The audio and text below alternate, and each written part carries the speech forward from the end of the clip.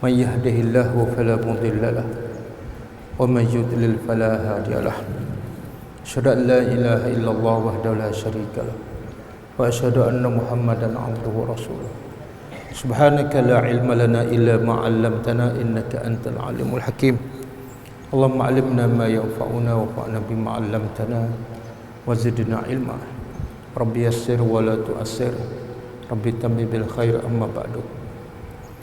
Okey, kita sambung ayat ke berapa? Surah Fatihah ayat ke berapa? Yang ke-6. Cuba baca ayat tu.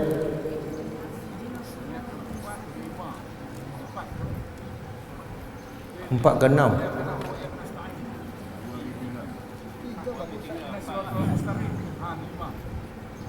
Ada kata 4, ada kata 5. Kita berhenti ayat yang ke berhenti yang keempat.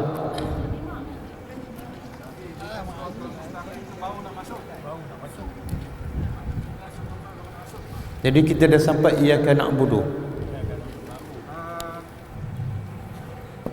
Okey. Kita sampai ayat iyyaka na'budu. Kan? Wa iyyaka nasta'in kita belum sampai. Kan? Yang ni saya belum huraikan.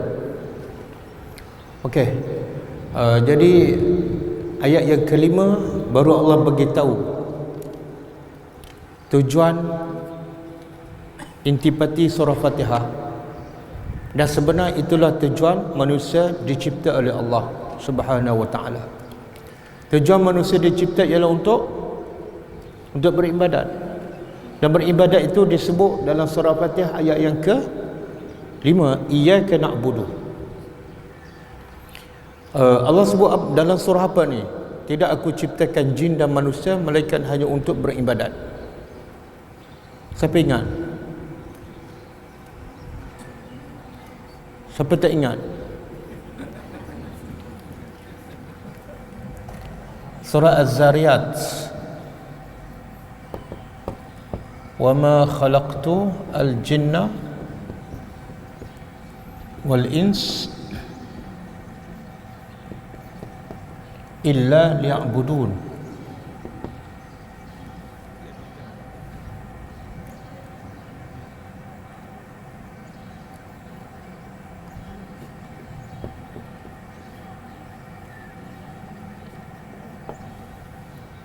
Surah Az-Zariyat ayat 56.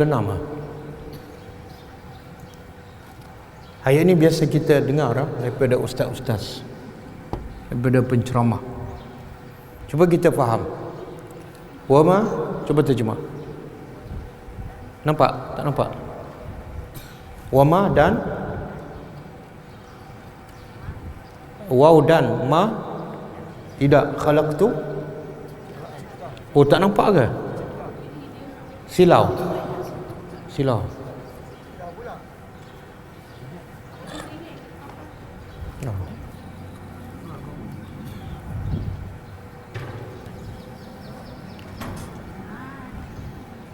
Nampak sikit. Belah sini nampak. Okey, dan ayat 56 dan tidak khalaqtu, aku ciptakan jin dan manusia. Antara jin dan manusia Allah sebut jin dahulu. Kenapa? Jin ramai lagi. Mana tahu pernah buat bancian? Mana tahu jin lebih ramai? Jawapannya bukan jin ramai. Allah sebut jin dahulu sebab Allah cipta jin dahulu. Manusia ni Allah cipta kemudian. Betul? Jadi tidak aku ciptakan jin dan manusia melainkan supaya mereka beribadat kepadaku. Ayat di sini ada ma dan ada illa. Ada tidak dan ada kecuali. Bila ada tidak dan kecuali, maksudnya apa? Kamu tidak ada kerja lain. Kerja kamu adalah hanya beribadat. Mana kita tahu tak boleh buat kerja lain. Kerja kita hanya beribadat. Mana kita tahu ada ma dan ada illah. Contoh bila kita begitu pada anak kita, jangan pergi ke kedai kecuali beli bawang. Makna apa? Dia boleh tak beli yang lain? Tak boleh. Tapi kalau kita kata pada anak kita, pergi ke kedai beli bawang, tiba-tiba dia beli yang lain, tak salah. Sebab ayat tu tidak tegas. Boleh faham? Jadi Allah nak beritahu, kamu, tugas kamu hanya satu saja, iaitu beribadat. Sama dengan iyyaka na'budu, hanya kepada engkau kami. Jadi ibadat tu berapa jam? Ibadat berapa jam?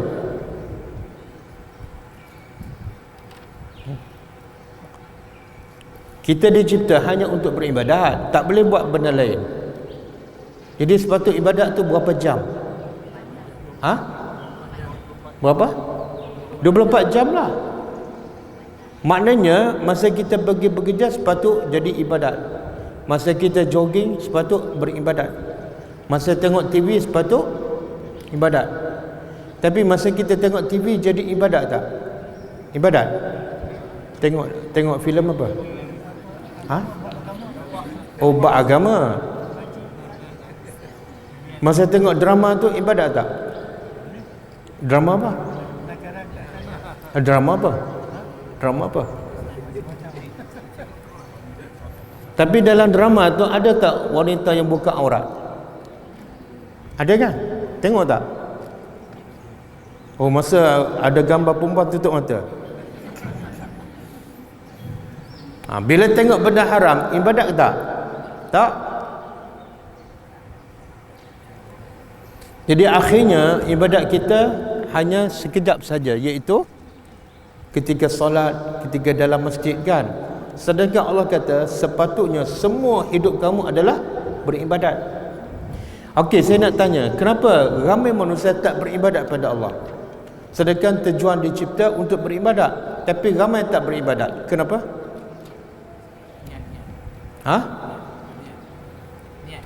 Niat apa?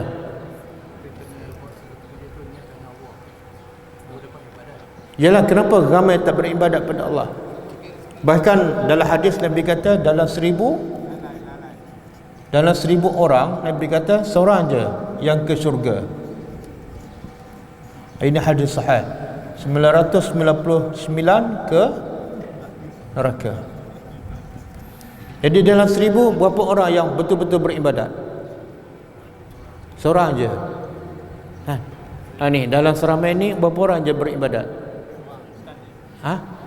Ustaz je. Mana tahu?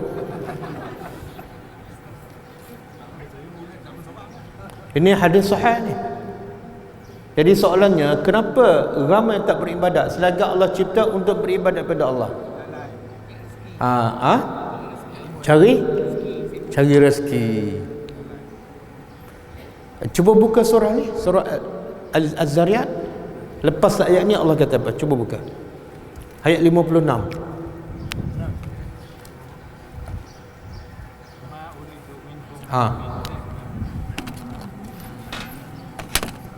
Wama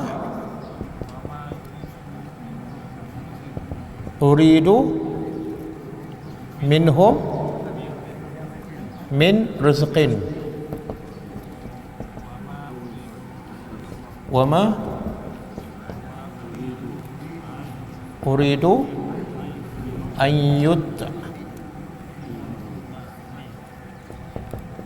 yut'imu. Ni lepas tu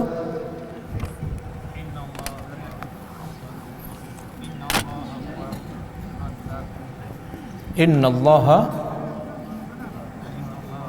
huwa ar-razzaq zul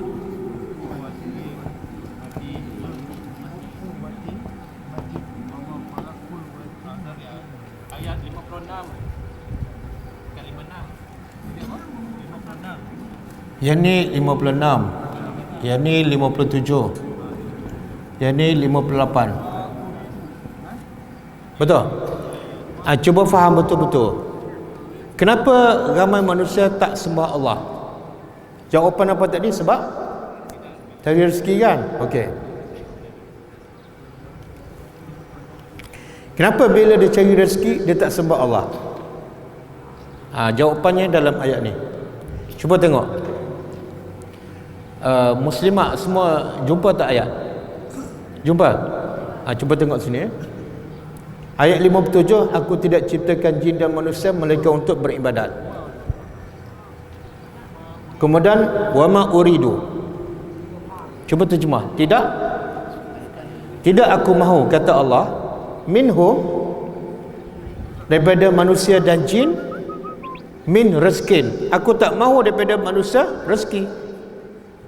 Kita tahu tak Allah tak mahu pada rezeki? Kita tahu kan? Dah tahu kenapa Allah beritahu? Tak, kenapa Allah beritahu dia tak nak rezeki daripada kita? Kita pun tahu. Yang kita tahu kita nak rezeki, bukan Allah. Sebab biasanya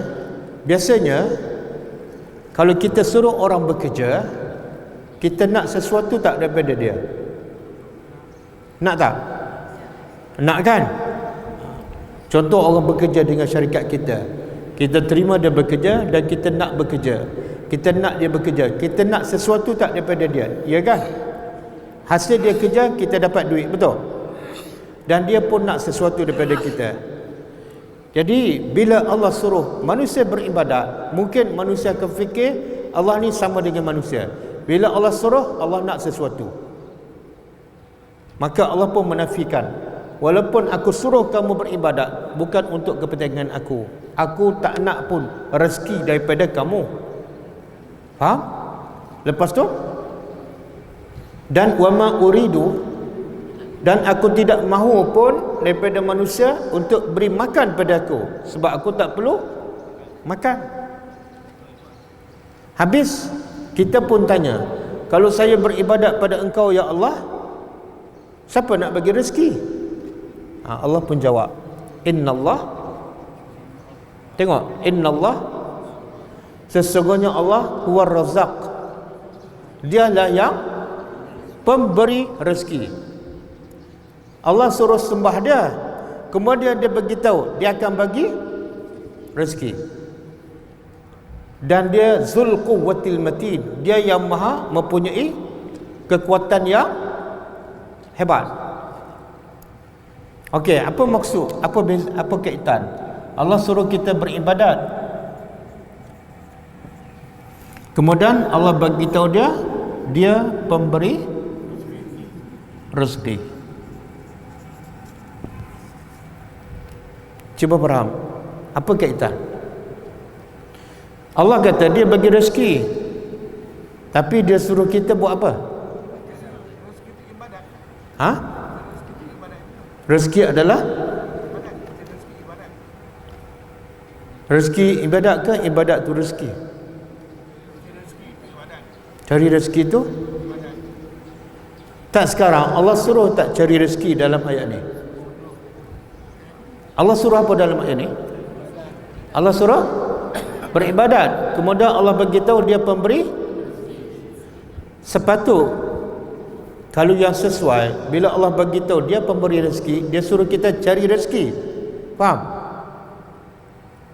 Allah kata carilah rezeki, aku bagi rezeki. Tak, Allah tak kata cari rezeki. Allah kata apa?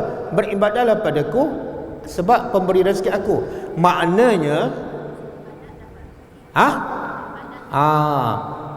asas untuk kamu nak rezeki, kamu kena beribadat. Boleh faham? Aku cipta kamu untuk sembah aku. Siapa aku? Pemberi rezeki. Maknanya kalau sembah pemberi rezeki, dapat tak rezeki? Dapat tak? Tapi ramai tak tinggal tu, bila cari Tuhan, bila cari rezeki, tinggal pemberi rezeki. Ramai tak? Sebab apa? Dia cari rezeki tapi tinggal pemberi rezeki. Pelik tak? Saya nak duit daripada pak engku, tapi saya pergi cari kat orang lain. Saya tahu pak engku ada duit, pak engku akan bagi pada saya. Pak engku kata kalau nak duit saya kena dengar cakap saya. Saya pergi dengar cakap orang lain, tapi saya nak duit pak engku. Nak kata apa ni? Bodoh ke tak cerdik? Betul tak realiti manusia hari ni macam tu? Dia nak cari rezeki Tuhan, tapi dia tinggal pemberi rezeki. Solat dia tak solat, dia buka aurat, balik sampai malam. Jadi Allah nak bagi tu, punca rezeki ialah ibadat. Sebab itulah bila kamu tinggal ibadat, rezeki kamu dapat pun tak berkat, rezeki kamu dapat pun tak pernah cukup. Boleh faham? Ini kaitan dengan ayat yang orang Melayu suka hafal dan suka tampal. Wa may yattaqillah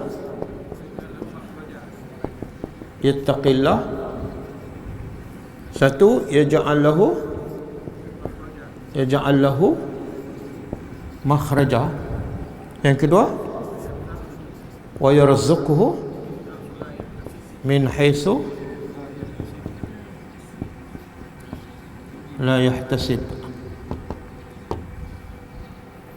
Ini sama dengan maksud ayat tu. Wa man yattaqillah, terjemah, siapa yang takwa dengan Allah, sama tak beribadat pada Allah? Sama kan? Okey, siapa yang beribadat pada Allah, siapa bertakwa, Allah janji dua benda. Pertama, Allah jadi untuknya jalan keluar. Keluar daripada apa? Makna dia ada masalah. Bila ada masalah, cara nak keluar daripada masalah, beribadat. Satu. Yang kedua, Allah bagi rezeki yang tak disangka. Dua ni yang Allah bagi sebab cari rezeki ke sebab bertakwa? Sebab bertakwa. Betul tak?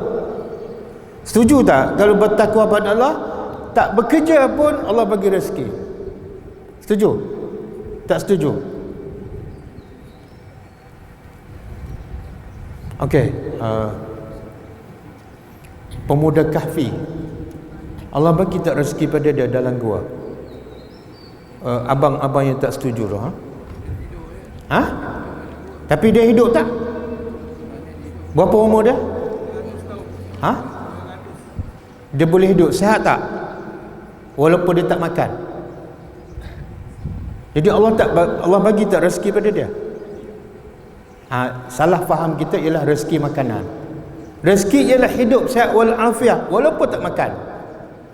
Bahkan kadang-kadang orang makan duduk hospital. Tiap-tiap hari makan tapi duduk hospital, bukan dalam gua. Boleh faham? Bukan setakat Allah bagi rezeki pada pemuda Kahfi tanpa makan, Allah panjang tak umur dia. Apa dia buat? Dia bekerja keras tak?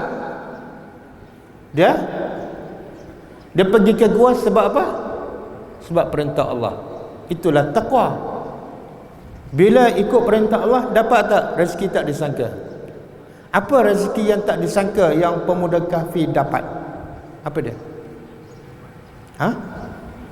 Iaitu hidup tanpa makan.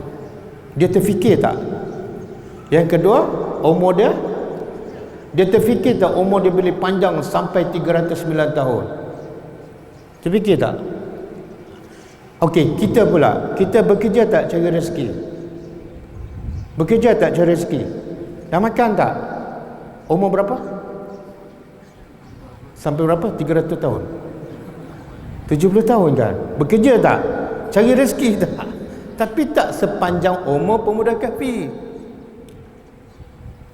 Dah makan tak? Makan tapi tak pernah cukup. 55 mati. Sebab apa? Tidak ada. Boleh faham tak? Okey, Nabi masa kat Mekah, Nabi bekerja tak cari rezeki? Bekerja kan? Kerja apa? Gembala kambing. Itu sebelum dilantik sebagai Rasul.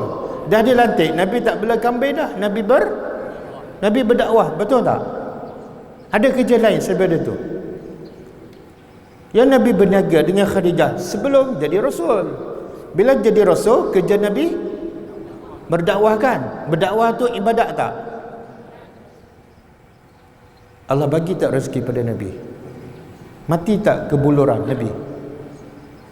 Bahkan sampai tahap Nabi bertakwa pada Allah, sampai tahap orang Mekah halau dia keluar daripada Mekah dan dia pergi Madinah. Pergi Madinah kerana takwa ke kerana cari rezeki? Cakap betul. Nabi pergi Madinah kerana cari rezeki ke kerana takwa? Allah bagi rezeki ke Allah bagi apa? Nabi bila di Madinah rezeki lagi murah ke lagi sempit? Lagi luas. Saya pernah sebut Nabi pernah berkorban 100 ekor unta korban. Kan? Kerja Nabi apa dia? Ibadat, bertakwa. Ibadat takwa benda. Buat je kerja Allah. Allah suruh berdakwah, berdakwah. Allah kata tinggal Mekah, tinggal Mekah. Allah kata pergilah dakwah walaupun kena maki. Itulah takwa. Akhirnya Nabi dapat tak yang tak disangka? Ya. Boleh? Bukan makna tak payah cari rezeki, tak. Asasnya ialah takwa. Kamu cari rezeki, jangan risau pada rezeki, sebab yang beri rezeki Allah. Tapi risaulah bila kamu tak bertakwa. Risaulah bila kamu solat lambat. Risaulah bila kamu buka aurat. Pasal rezeki jangan risau. Okey? Boleh faham tak? Ada bangkangan? Ada bangkangan muslimat? Sebab tu kalau tengok zaman kita dengan zaman Nabi, kita lagi kerja teruk. Keluar pagi, kan? Kadang-kadang lepas subuh dah keluar, jalan jam. Balik sampai rumah pukul apa?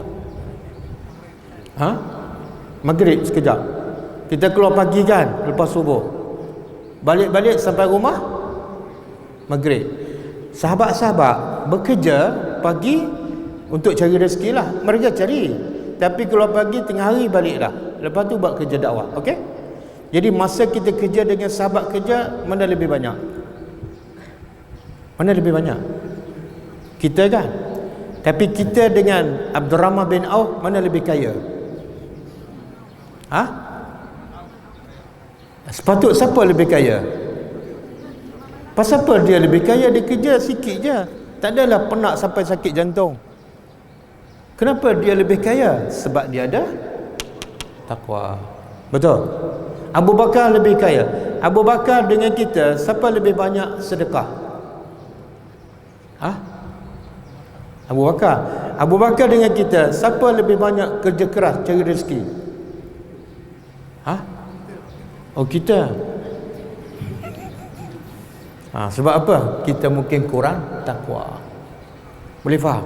Ini yang Allah beritahu. Jadi soalan saya tadi, kenapa ramai tak beribadat pada Allah? Jawapannya, abang jawab apa tadi? Sebab masalah rezeki. Dia tak yakin rezeki itu Allah bagi dengan cara jaga ibadat, jaga perintah Allah. Dia tak yakin. Yang dia yakin rezeki dapat dengan bekerja keras.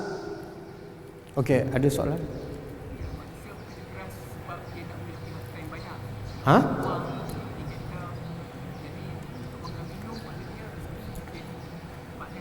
Okey. Manusia kerja keras untuk cari duit banyak supaya dapat beli kereta, beli rumah. Kan? Allah suruh cari duit banyak, beli rumah ke Allah suruh beribadat? Kan Allah dah cakap dia bagi rezeki. Kereta tu rezeki kan? Duit itu rezeki lah. Siapa yang bagi? Jadi kalau kamu nak duit banyak, nak rumah besar pun, caranya beribadat. Satu. Yang kedua, sebenar Allah cipta kita untuk dunia ke untuk akhirat? Untuk akhirat kan? Kalau untuk dunia kita bekerja keras, cari duit banyak, beli rumah, beli kereta. Tapi bila untuk akhirat, kita kerja bila? Sikit je, simple je, dan masa tua. Sedangkan hidup akhirat lagi lama dan lagi kekal. Masuk akal tak? Kita cari dunia masa segar, masa muda. Tapi bila cari akhirat yang lagi lama, masa tua dan masa tak kuat. Masuk akal tak? Ramai orang berfikir saya perlukan rumah, tapi ramai tak berfikir saya perlukan selamat daripada azab kubur. Sebab tu dia buat ibadat cincai je. Tapi cari dunia sungguh-sungguh. Sebab target dia nak beli rumah, nak beli kereta. Tapi bila solat tak ada target nak selamat daripada azab kubur, nak masuk syurga, tak ada target. Target dia setakat buat je. Betul? Setuju? Ada soalan lagi? Okey. Jadi salah satu sebab cari rezeki sebab dia tak kenal Tuhan. Bila tak kenal Tuhan pemberi rezeki, dia lupa ibadat, dia hanya cari rezeki je. Okey? Dan sebab itulah surah Fatihah, iyyaka na'budu, hanya kepada engkau kami sembah, ayat yang kelima. Sebelum ayat kelima cerita tentang apa? Ni sampai ayat 5 baru Allah kata kamu kena beribadat padaku. Habis sebelum ayat 5 1 sampai 4 cerita tentang apa? Mana cerita tentang siapa? Tentang Allah. Siapa Allah? Rabbul Alamin. Siapa Allah? Ar-Rahmanir Rahim. Siapa Allah? Maliki Yaumiddin. Boleh faham? Jadi sebab tu iyyaka na'budu datang di tengah-tengah, iaitu selagi kamu tak kenal Allah dia sebagai Rabbul Alamin, selagi kamu tak kenal Allah dia sangat penyayang, selagi kamu tak yakin pada hari akhirat dia saja raja, kamu tak akan sembah Allah. Jadi proses nak sembah Allah mesti ada kenal Tuhan. Boleh faham? Dia panggil apa? Ma'rifatullah.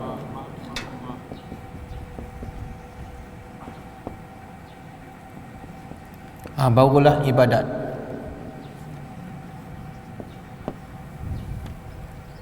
Jadi ibadat tak mungkin berlaku kalau tidak ada kenal Allah. Dan saya dah sebutkan ayat 1 hingga 4 Allah bagi tahu syarat rukun ibadat. Rukun ibadat yang disebut dalam ayat 1 surah Fatihah sampai ayat 4. Saya dah sebut dah dalam kelas yang lepas. Rukun ibadat kena ada 3. Kalau tak ada, ibadat tak lengkap.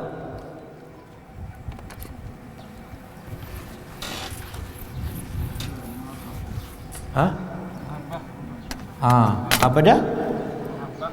Rukun ibadat mesti ada 3. Kalau tak ada, dia tak akan beribadat ataupun ibadat tak betul.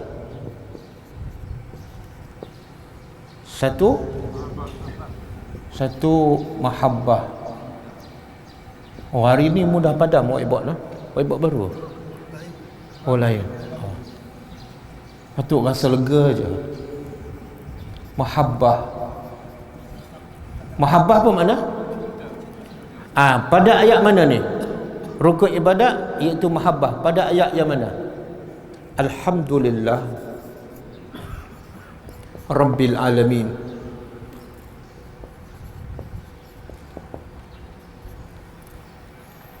Kenapa kita cinta Allah? Sebab dia memiliki segala-galanya dan dia beri apa saja kan.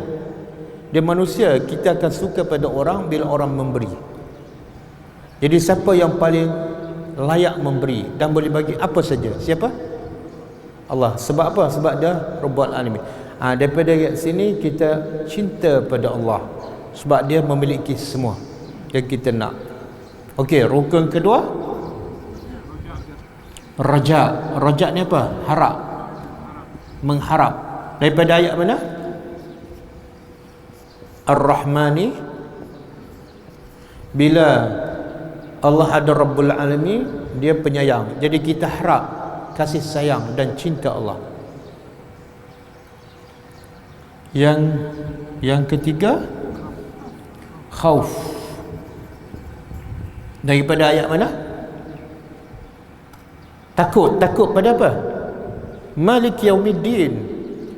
Sebab hari akhirat dengan azab kuburnya, dengan padang mahsyarnya, dengan neraka, masa itu siapa yang berkuasa?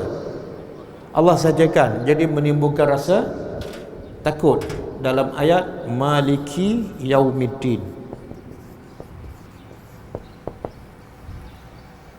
Bila dah kenal Allah, cinta. Bila dah cinta, kita mengharapkan rahmatnya. Tapi kadang-kadang malas beribadat. Ingat pada hari kiamat, ingat pada dosa. Kita pun takut nak tinggal ibadat ataupun buat benda haram. Dah ada 3 ni, barulah iyyaka na'budu wa iyyaka nasta'in.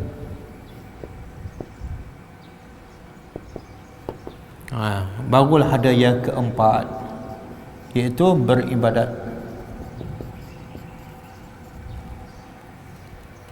Proses ni semua kena ada. Kalau tidak ada 1, 2, 3 ni, dia tak akan ada yang keempat, iaitu ibadat. Okey. Kita sambung. Wa iyyaka nasta'in. Hanya kepada engkau kami minta tolong. Yang ni kita belum ulaskan. Jadi kalau iyyaka nasta'in, maknanya boleh tak kita minta tolong saja kepada Allah? Tak boleh. Sebab tu iyyaka di hadapan. Yang kedua, minta tolong apa ni? Minta tolong apa? Kita minta tolong orang macam-macam kan? Minta tolong, minta pinjam duit, minta tolong baiki kereta. Tapi minta tolong Allah, minta tolong apa? Untuk apa? Kuat sikit.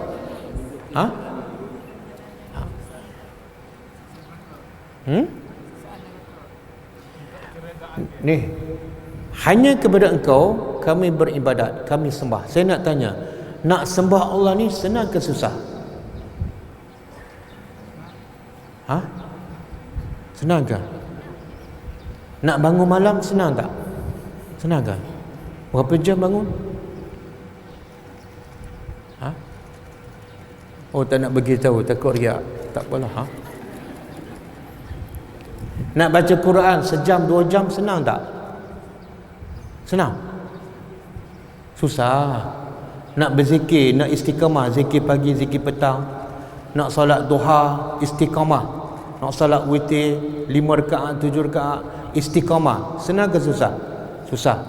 Sebab tu Allah kata, lepas kamu dah jelas beribadat kepada Allah dan ibadat tu susah, maka mintalah pertolongan kepada Allah supaya ibadat kamu menjadi. Dan Nabi pun ajar doa pada kita. Ajar doa apa? Mintalah pertolongan Allah supaya Allah bantu perelokkan ibadat kita. Ingat doa tu?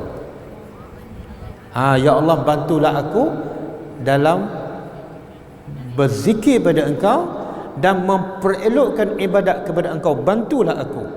Dan satu lagi, bersyukur pada engkau. Selalu baca doa tu. Bukan alhamdulillah.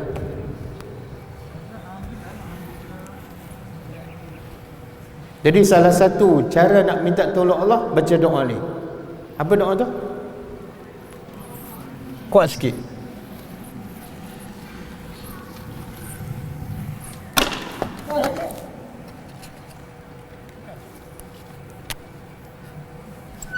Siapa ingat dah? Apa ingat? Saya terjemah maksud Ya Allah, tolonglah aku untuk sentiasa ingat dan patuh pada perintah engkau. Yang kedua, supaya sentiasa memperelokkan ibadat pada engkau. Yang ketiga, supaya sentiasa bersyukur dengan nikmat engkau. Allahumma a'inni, bantulah aku ala zikrika wa syukrika. Yang kedua syukur, mensyukuri nikmat engkau, wa husni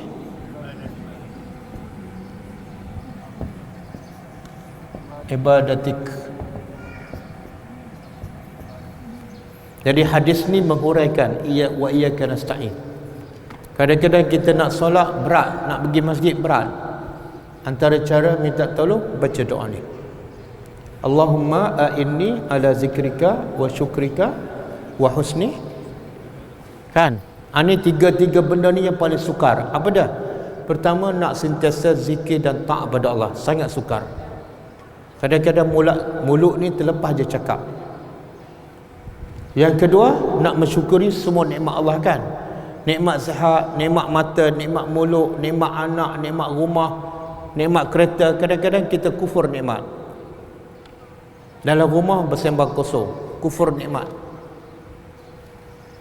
Yang ketiga, ibadat kita dah buat tapi tak cantik, tak khusyuk. Angkat takbir je, fikiran melayar je. Maka baca doa ni. Dah hafal semua dah. Dan Nabi pesan kepada sahabat yang bernama Muaz. Nabi pesan apa? Jangan sekali-kali tinggal doa ni setiap kali lepas solat fardu. Jadi kena baca berapa kali sehari? 5 kali. Nabi pesan pada Muaz. Kita baca cukup tak 5 kali? Cukup 5 kali. Ada dua pendapat baca tempat waktu baca, dua pendapat. Satu lepas salam.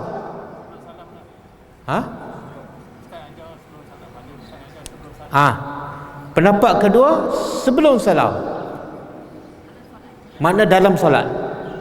Pendapat mana paling kuat?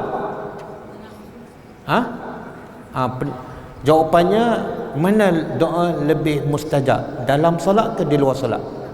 Dalam solat. Maka bacalah doa ni bila dah habis baca tahiyat akhir, sebelum bagi salam baca. Sebelum bagi salam. Dia lagi mustajab. Okey? Ini salah satu cara wa iyyaka nasta'in. Cara mohon pertolongan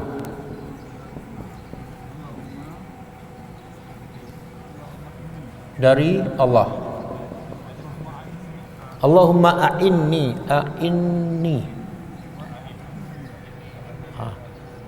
Betul kan? Allahumma a'inni ala zikrika wa syukrika wa husni ibadatik.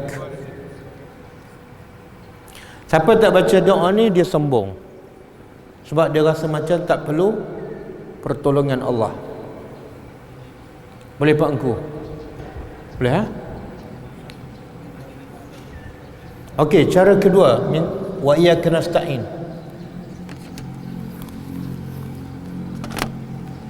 iaitu dengan cara sabar. Dengan cara sabar.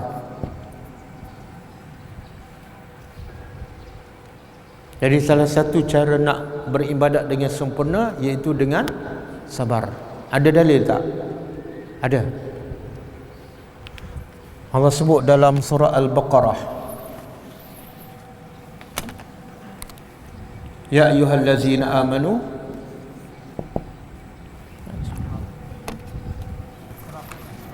surah Al-Baqarah, buka ayat 45. Ayat surah Baqarah ayat 45.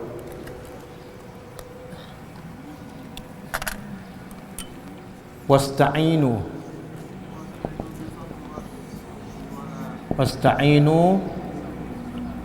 bis-sabri was-salat wa innaha lakabiratun illa 'alal khashi'in.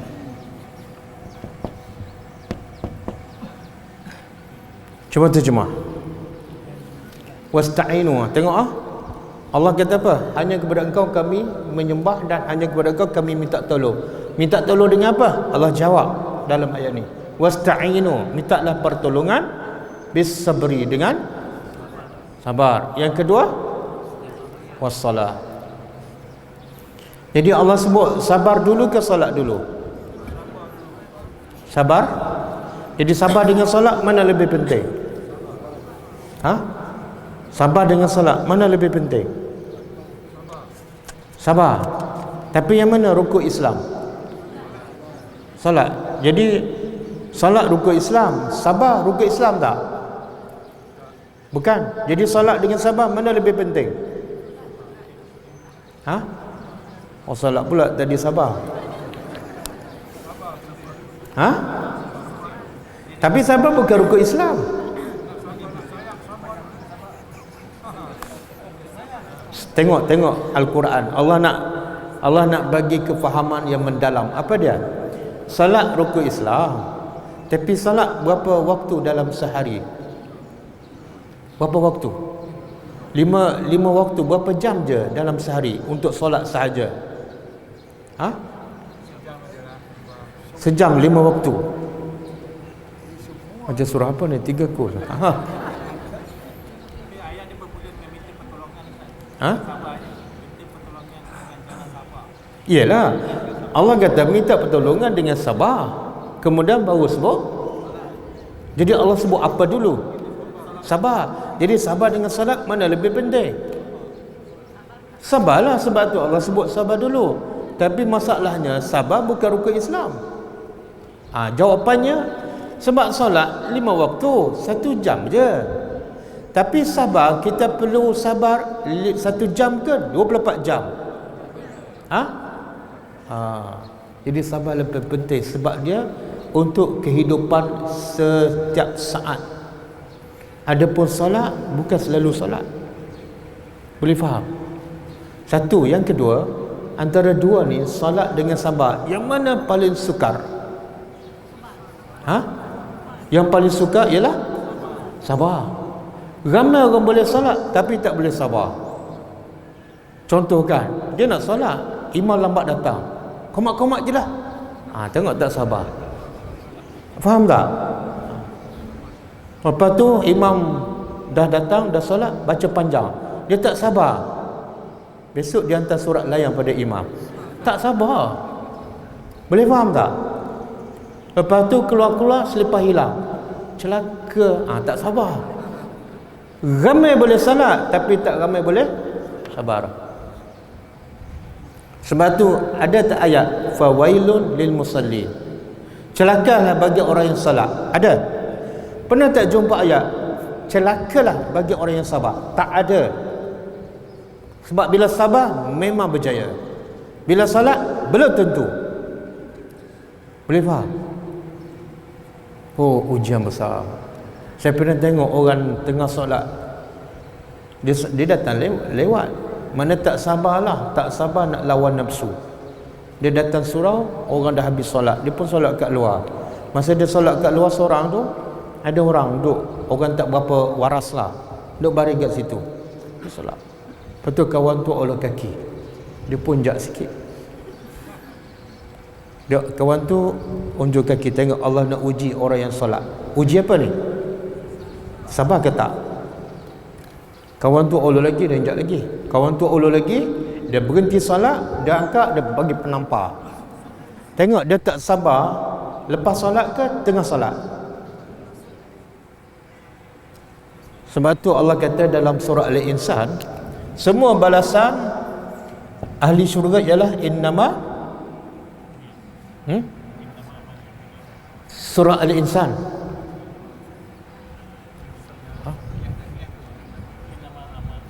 Bukan, itu hadis.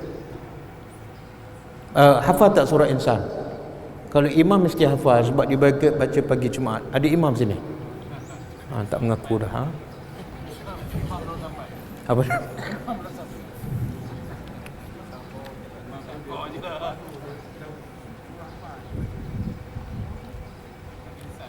Innama jazaohum bima sabaru. Allah puji al-abrar. Apa dah? Dia buat kebaikan, dia bagi makan orang miskin, dia bagi makan orang anak yatim. Lepas tu dia boleh masuk syurga. Allah begitu. Apa amalan utama mereka? Tengok cuba terjemah. Innama, sesungguhnya hanyalah jazaohum, balasan ahli al-abrar tu yang masuk syurga, bima sabaru, dengan sebab mereka sabar, bukan dengan sebab mereka solat. Boleh faham tak? Surah Al-Insan. Kalau tidak 6, 7. Kalau tidak 7, 8. Cuba buka tengok Surah Al-Insan.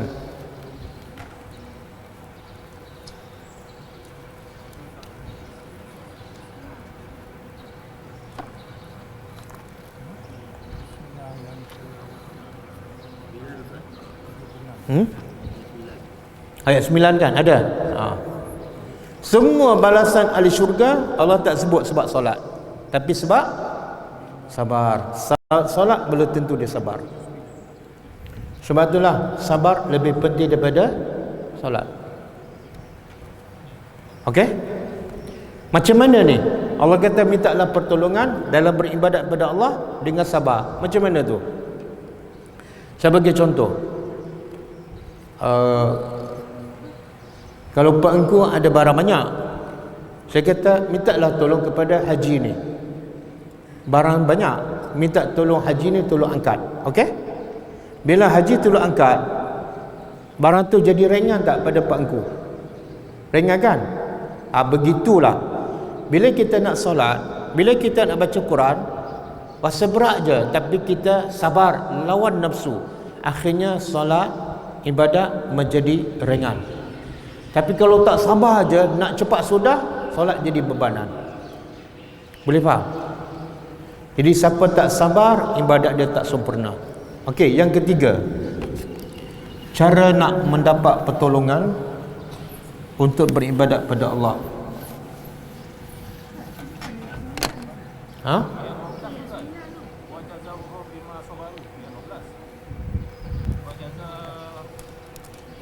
Wajazahum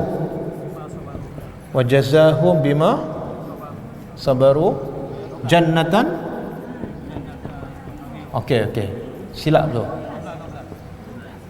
Haji bagi tu 9. Bukan silap saya, silap haji tu.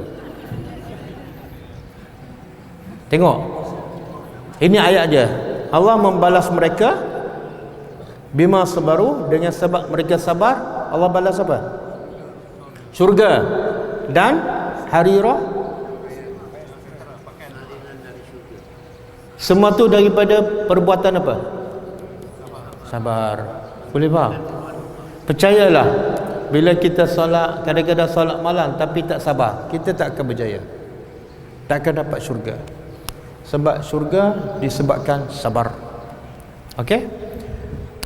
Cara mendapat pertolongan yang ketiga, iaitu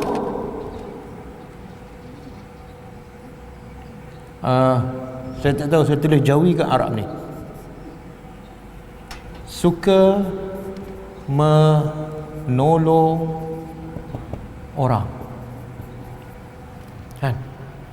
Suka menolong orang. Ini tulisan apa ni? Arab ke Jawi? Jawi. Semua tahu Jawi jangan paksa Cina belajar Jawi, Melayu pula tak reti. Duk paksa Cina, Melayu sendiri pun, anak-anak kita pun tak reti Jawi kan? Cuba baca ni. Cuba baca. Saya tak berbaris.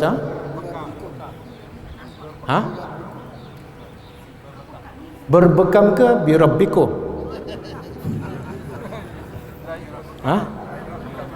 Ada boleh baca dua. Kalau Melayu berbekam, kalau Arab birabbikum.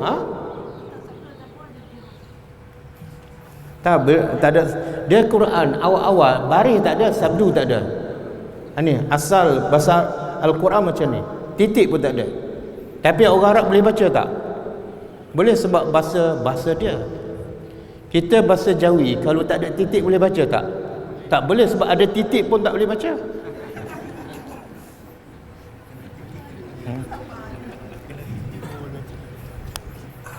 Okey. Suka menolong orang. Dalilnya ini hadis. Wallahu fi aunil abdi madama fi auni akhihi. Ini hadis sahih. Dengar, kadang-kadang ibadat kita jadi susah, nak sedekah pun susah kan, nak bangun malam pun susah. Antara sebabnya ni, iaitu kita tak suka menolong orang. Dengar hadis Nabi. Ini hadis sahih.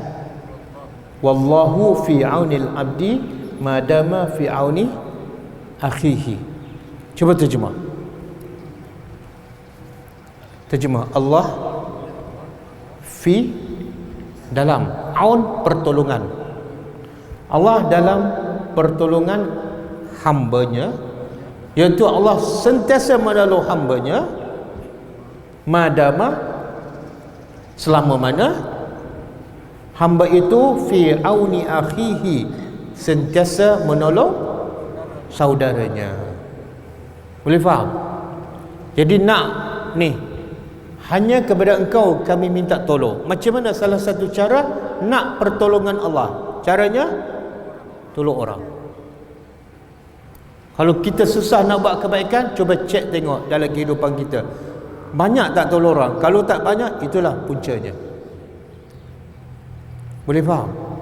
Sebab itulah Nabi, orang paling banyak tolong orang siapa? Nabi kan? Dan hasilnya apa? Nabi mudah tak nak tolong orang? Nabi banyak tolong orang, dan akhirnya Nabi mudah beribadat. Nak solat malam mudah setiap malam, dan solat malam pula lama, baca surah Baqarah, surah Ali Imran, surah An-Nisa, semua jadi mudah pada Nabi, sebab Nabi suka tolong orang. Bolehkah? Jadi siapa-siapa yang susah nak bangun malam, cek tengok berapa orang dia tolong sejak dia hidup, berapa orang miskin yang dia bagi makan, berapa orang anak yatim yang dia peduli. Kalau tak ada, itu antara punca ibadat dia jadi susah. Boleh? Okay. Habis. Kita pergi ayat yang ke-6. Ihdinas siratal mustaqim. Tunjuklah kami jalan yang lurus.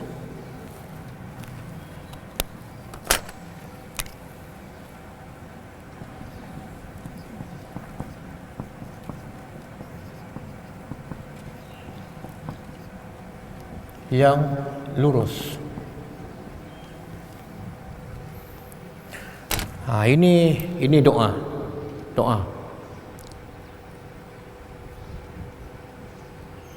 Apa kaitan? Selepas kita mengaku hanya kepada engkau kami minta tolong. Yang kedua, hanya kepada engkau kami minta hanya kepada engkau kami beribadat. Yang kedua, hanya kepada engkau kami minta tolong. Lepas tu kita minta, ya Allah tunjuklah kami jalan yang lurus. Apa kaitannya? Saya nak tanya, bila kita beribadat pada Allah, boleh tak kita buat ikut suka kita je? Tak boleh. Maka nak pastikan ibadat kita diterima, kena betul. Caranya apa? Ihdinas siratal mustaqim. Tunjuklah kami jalan yang lurus, supaya ibadat kami tak menyimpang. Ibadat kami betul-betul bertepatan dengan kehendak Allah Subhanahu wa taala. Sebab tu ibadat tak boleh reka-reka.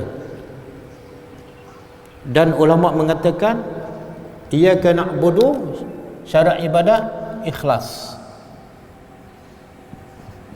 Hanya kepada engkau kami beribadat, mana mesti ikhlas.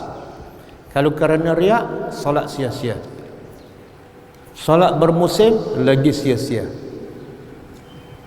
Kan ada kan solat bermusim? Musim apa? Tarawih. Ramai je kan. Lepas tu tak ada. Salah tu. Sebab dia solat bukan kerana Allah, tapi dia solat kerana bulan Ramadan. Dia zaman Nabi sentiasa penuh. Bulan Ramadan, Syawal, Muharram penuh. Tapi zaman kita penuh bila? Jadi bukan iyyaka na'budu, tapi Ramadan na'budu.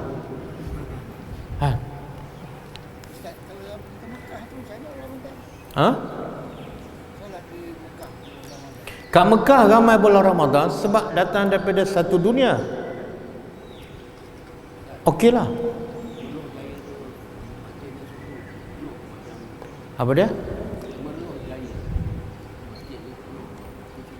Di mana? Ada Temerloh. Habis kat sini bila pula? Baguslah Temerloh kan. Dan di Indonesia saya pernah pergi Masjid Jogokarian. Subuh melimpah. Sebab apa tu? Sebab masjid tu dia jadikan masjid untuk orang ramai, bukan masjid untuk AJK. Masjid untuk AJK macam mana? Dia suka-suka buat peraturan, dan peraturan tu kadang-kadang menyusahkan orang. Tapi masjid Jogokarian Jakarta, saya pergi, dia kata masjid ni untuk orang ramai. Apa saja, siapa nak datang, orang tua, budak-budak, orang cacat, silakan. Tak ada peraturan. Tapi bersih, terjaga. Nombor satu, bersih. Contohlah, ada orang nak kursi roda kan, masuk masjid, dia kata kotor, biarkan. Sebab kotor, kita bersih. Nanti rosak kapet, biarkan. Rosak kapet, kita tukar.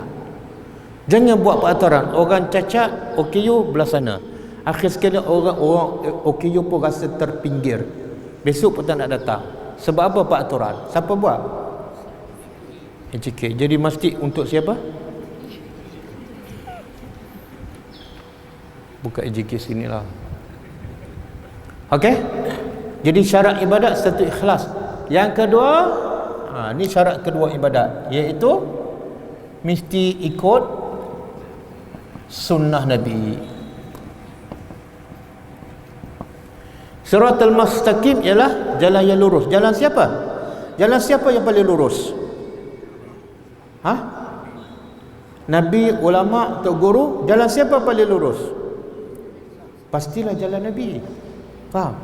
Jadi syarat yang kedua ni ialah cara beribadat mesti ikut sunnah Nabi. Saya nak pernah dengar tak satu hadis, di zaman Nabi ada seorang lelaki solat depan Nabi. Habis dia solat, dia bagi salam, dia datang jumpa Nabi, dia bagi salam pada Nabi, Nabi jawab salam. Lepas tu Nabi kata apa? Qum wasalli fa innaka lam tusalli. Bangun dan solat semula, kamu belum solat. Padahal dia dah solat dah. Nabi kata kamu tak solat lagi. Okey? Dia pun solat kali kedua. Habis bagi salam, dia jumpa Nabi. Nabi kata bangun dan solat semula, kamu belum solat. Nabi tak kata solat kamu tak sempurna. Nabi kata belum solat. Mana apa tu? Solat tadi tak terpakai. Dia pun solat kali ketiga. Lepas bagi salam, dia jumpa Nabi. Nabi kata bangun dan solat semula, kamu belum solat. Maka sahabat ni kata, ya Rasulullah, 3 kali aku solat, semua kamu kata tak betul. Ajarlah aku cara solat yang betul. Saya nak tanya, lelaki ni solat bila ni? Zaman Nabi. Depan siapa? Depan Nabi. Betul ke salah?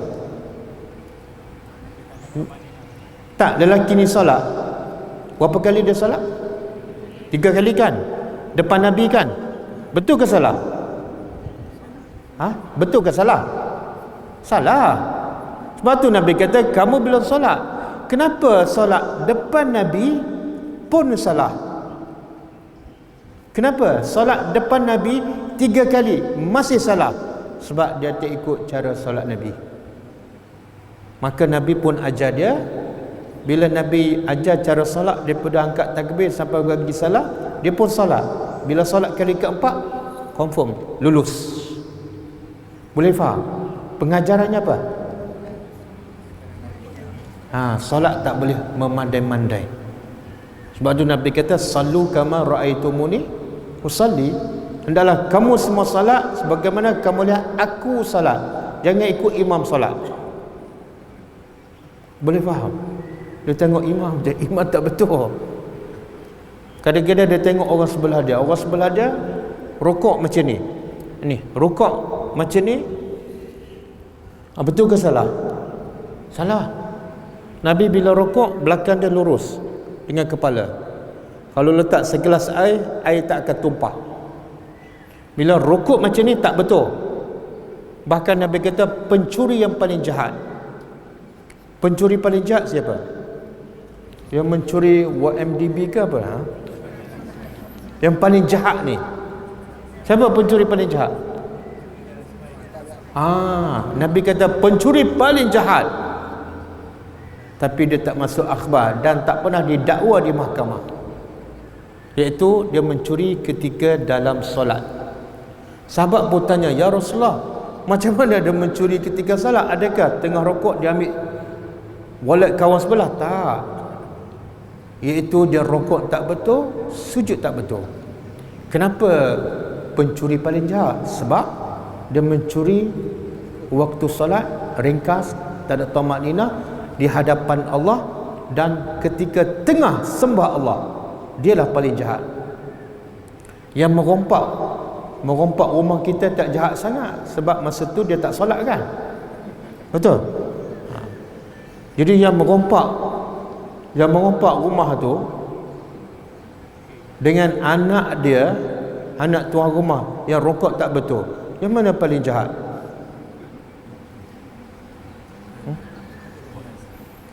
Perompak rumah dia habis 5,000, anak dia rokok tak betul, dia maki perompak. Sebenarnya antara perompak dengan anak dia yang rokok tak betul, mana paling jahat? Mana paling jahat? Anak dia. Siapa cakap? Nabi cakap. Boleh faham tak? Perompak tu mungkin lepas tu bertabat, rokok dia betul. Tengok, sebab itulah lepas mengaku beribadat kena minta satu lagi, ihdinas siratal mustaqim. Jangan mereka-reka dalam ibadat. Kita ingat tak Nabi Ibrahim, antara doa Nabi Ibrahim dalam surah Al-Baqarah, wa arina manasikana wa tub alaina, kan? Betul, surah Baqarah kan? Ingat tak ayat ni? Ingat kan? Okey, cuba terjemah. Dia ingat satu, tapi yang paling penting faham. Cuba terjemah wa arina. Muslimat, cuba terjemah wa arina. Tak biasa dengar wa arina. Kalau Aryani pernah dengar? Yang mana lebih popular? Aryani? Tengok, ini doa Nabi Ibrahim, wa arina, makna wahai Tuhan kami, tunjukkan kami. Arina, tunjukkan kami. Apa dah? Manasik. Pernah dengar tak manasik haji? Apa makna? Cara beribadat, cara melakukan haji. Tapi manasik ni umum, cara beribadat. Ibrahim minta kepada Allah, tunjukkan kami cara ibadat yang betul. Siapa Nabi Ibrahim? Dia Nabi. Dia boleh tak fikir sendiri, buat ibadat cara sendiri? Sepatut bolehkah sebab dia Nabi? Itu pun dia tak fikir sendiri. Bahkan dia minta pada siapa? Pada Allah. Kalau Nabi pun nak beribadat, minta pada Allah tunjuk cara ibadat yang betul, kita jangan memandai-mandai. Boleh faham? Ini mana ihdinas siratal mustaqim. Sebab tu ada fawailul lil musallin, solat tapi masuk neraka. Sebab apa? Solat dia tidak siratal mustaqim. Boleh faham? Kemudian sirat yang mana ni? Masa dah habis. Dah habis kan? Dah habis lah. Nak berhenti sini. Okey. Kita berhenti setakat ayat tu. Okey. Ada soalan tak? Siratal ladzina an'am, kita sambung.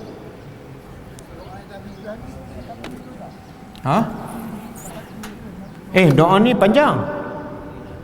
Rabbana wa ba'ats fihim rasulan yatlu alaihim ayatihi, surah Baqarah. Nak doa Nabi Ibrahim. Ayat berapa?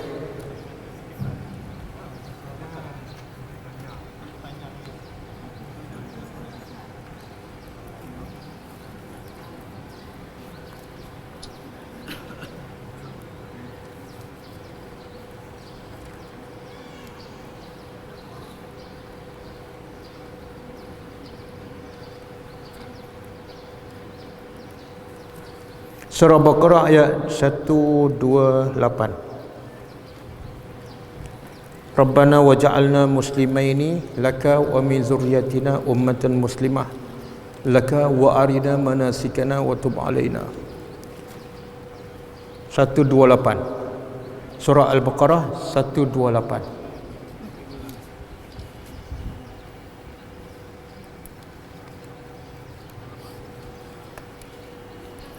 Ada seorang sahabat Nabi nama dia Huzaifah. Dia jumpa seorang yang solat. Lepas solat dia tanya, kamu salat macam ni dah berapa lama ni? Kawan tu jawab 60 tahun. Maka kata Huzaifah sahabat Nabi, kalau kamu mati dalam keadaan solat macam ni, kamu mati bukan di atas agama Nabi Muhammad. Dah solat dah, tapi kalau mati bukan mati Islam. Sebab apa? Solatnya tak betul. Sebab apa? Tidak siratal mustaqim. Boleh faham tak kaitan? Hanya kepada engkau kami beribadat, tapi kami tak tahu cara ibadat yang betul. Tunjuklah kami jalan yang lurus. Caranya apa? Pergilah belajar.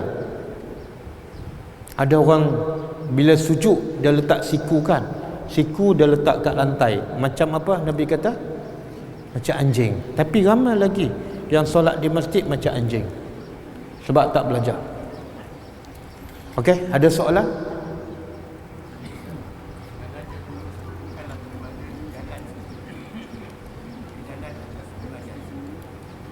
Jalan di atas?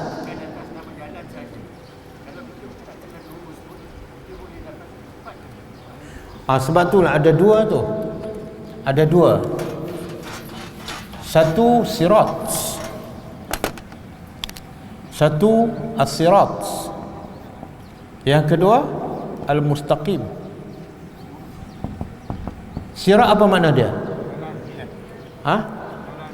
Tak, dalam tariq. Tariq pun jalan. Sirat dalam bahasa Arab ni jalan yang besar. Ini sirat. Mustaqim jalan yang lurus. Lurus. Ada jalan besar tapi bengkok. Boleh faham? Jadi jalan bila sebut sirat besar. Bila besar apa yang patut kita dapat daripada jalan yang besar dan lapang? Tenang. Betul tak? Kita kalau jalan yang besar dan lapang, jiwa kita tenang. Makna bila kita ikut hidayah Allah, jiwa mesti tenang. Seumpama duduk di jalan yang luas, besar. Yang kedua, lurus. Lurus menunjukkan apa? Bila jalan tu lurus, satu pasti sampai. Tak mungkin tak sampai sebab lurus. Yang kedua, cepat sampai. Betul? Beza tak jalan bengkok-bengkok? Lambat sampai dan mungkin tak sampai.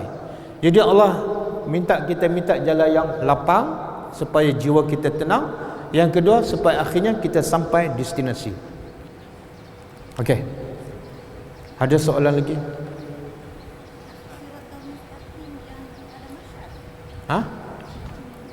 Tak, ini di dunia ni.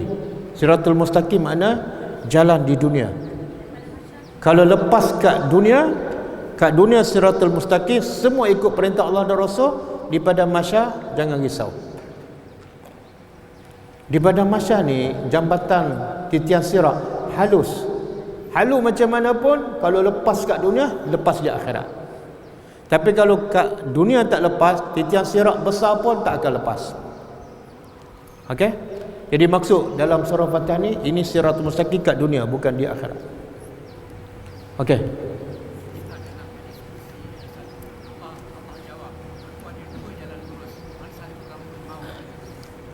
Dalam surah apa ni?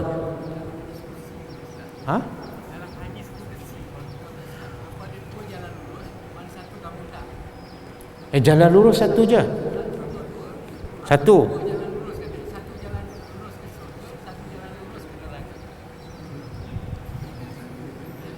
Itu bukan jalan lurus lah tu. Kalau ke neraka tak lurus lah tu. Sebab tak lurus masuk neraka tu. Tak, satu je inilah ni. Tak. Yang maksudnya aku ada dua jalan, bukan dua jalan lurus. Satu lurus, satu tak lurus. Sama dengan surah Insan, inna hadaina usabil. Kan? Imma syakiran wa imma kafura. Okey? Cukup ah? Kita tutup dengan membaca tasbih kafarah. Subhanakallahumma wa bihamdika asyhadu an la ilaha illa anta astaghfiruka wa atubu ilaik. Assalamualaikum warahmatullahi wabarakatuh.